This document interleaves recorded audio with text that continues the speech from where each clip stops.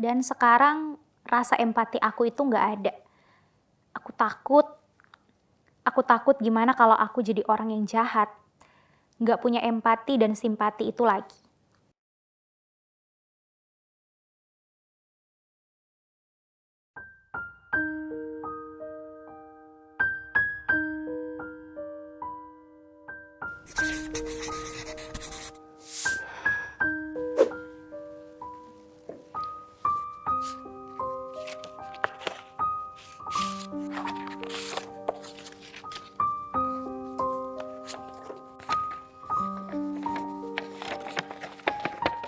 Hai kawan puan, sebelum aku cerita, aku mau bilang makasih banyak udah mau buatin forum untuk cerita kayak gini. Terlebih, aku susah banget cerita ke orang lain. Aku datang dari keluarga broken home. Sejak aku SD, gak jarang tiap aku pulang sekolah, mama gak ada di rumah. Dia pulang ke rumah orang tuanya. Mungkin abis bertengkar hebat sama papa. Atau kalaupun mereka masih sama-sama ada di rumah setelah bertengkar, tiap pulang sekolah aku bisa ngerasain banget suasana rumah yang mencekam, dingin. Keluargaku sebenarnya baik banget. Tapi aku sedih banget orang tuaku, terutama ayah, masih terus ikut campur keluarga kecilku dan menuntut aku untuk jadi PNS. Sedangkan aku baru aja nikah dan punya baby. Seandainya biji bisa mengusulkan kepada petani di mana ia akan ditanam, pasti semua biji mau ditanam di tanah yang baik dan subur, agar ia bisa tumbuh dan berbuah dengan baik. Seandainya si biji bisa. Tapi sayangnya, si biji tidak bisa. Aku lahir bukan di keluarga yang kaya. Saat aku lahir, kami tergolong keluarga yang miskin. Sering dipandang sebelah mata oleh keluarga kami yang lain. Direndahkan, difitnah, itu makanan kami sehari-hari. Aku sering lihat mama nangis. Dia selalu bilang nanti setelah aku udah gede dia akan cerita semuanya. Aku gak mau cepet gede. Waktu itu pun aku udah cukup gede untuk memahami apa yang terjadi tanpa dikasih tahu. Long story short, ketika aku SMA, kedua orang tuaku bahkan udah gak sungkan-sungkan lagi bertengkar saat aku di rumah. Mereka saling teriak dan melempar barang. Di dalam kamar aku cuma bisa tutup telinga di bawah bantal. Rasanya sedih banget karena selalu dipandang sebelah mata karena nggak kerja. Sebenarnya aku kerja meskipun freelance dan nggak kelihatan orang. Mungkin karena itulah orang tuaku mengajarkanku sebuah prinsip, kalau kita nggak punya uang banyak, jadilah anak yang pintar, kuat, dan membanggakan. Tujuannya baik, I know it. But, karena itu aku tumbuh jadi anak yang individualis. Mengidap trust issue karena aku dipatri harus bisa lakuin semuanya sendiri. Aku tumbuh dengan aliran keras, aku nggak boleh nangis, nggak boleh jadi nomor 2, baik di kelas, di pertandingan, atau apapun itu. Menahan beban batin bertahun-tahun, mama mulai kehilangan akal sehatnya. Berasumsi bahwa papa melakukan perselingkuhan akibat pengaruh guna-guna. Mama percaya ilmu hitam harus dilawan dengan ilmu hitam. Dia mulai sering bangun tengah malam dan melakukan berbagai hal gak masuk akal. Gak cuman mulai menceritakan masalah yang terjadi antara dia dan papa, mama juga melibatkanku dalam beberapa ritualnya. Aku masih anak SMA waktu itu. Tapi aku rasa gak ada anak yang siap menerima kehancuran rumah tangga orang tuanya, berapapun usianya. Tapi menurutku yang namanya kerja nggak harus selalu kelihatan sama orang lain. Setuju sih. Sulit banget mau ngomong baik-baik karena ujungnya tiap kumpul bareng, orang tuaku akan selalu bahas kerjaan. Tertekan?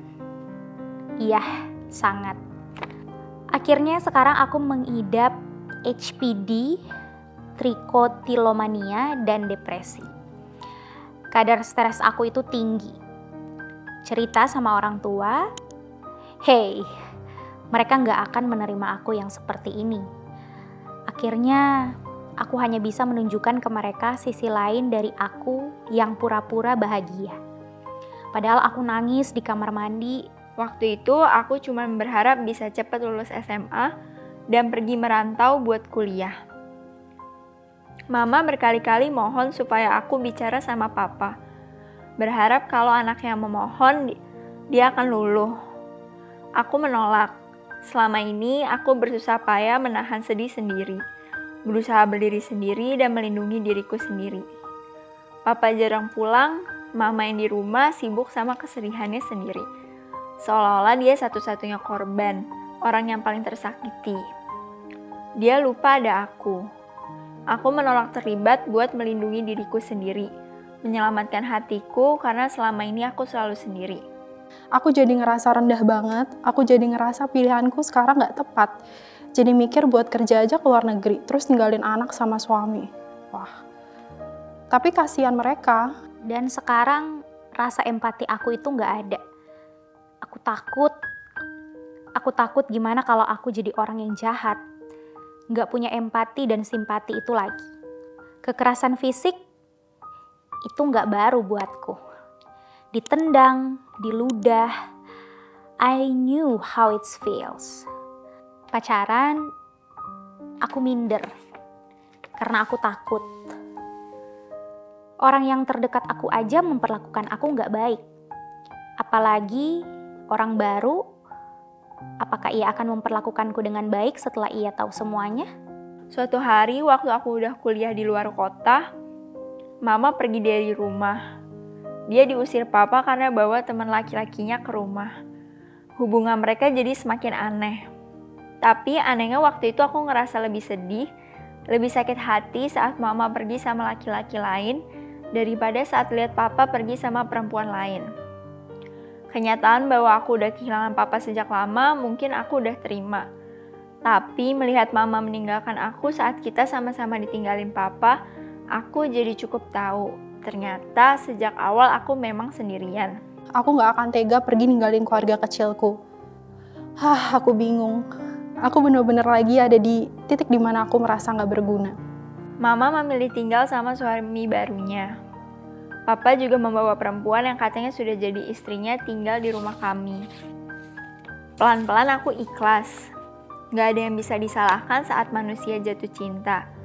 Kita juga gak bisa minta akan jatuh cinta berapa kali dengan siapa aja. Mungkin itu yang dirasakan orang tuaku. Semoga mereka bahagia dengan pilihannya masing-masing. Semoga aku bisa mencintai keluarga kecilku dengan cara yang jauh lebih baik. Aku cuma mau pergi jauh sendiri. Bunuh diri, aku pernah coba. Tapi Tuhan gak kasih aku mati mungkin. Gak ada yang sempurna. Satu kalimat yang mencerminkan aku, boneka di keluargaku.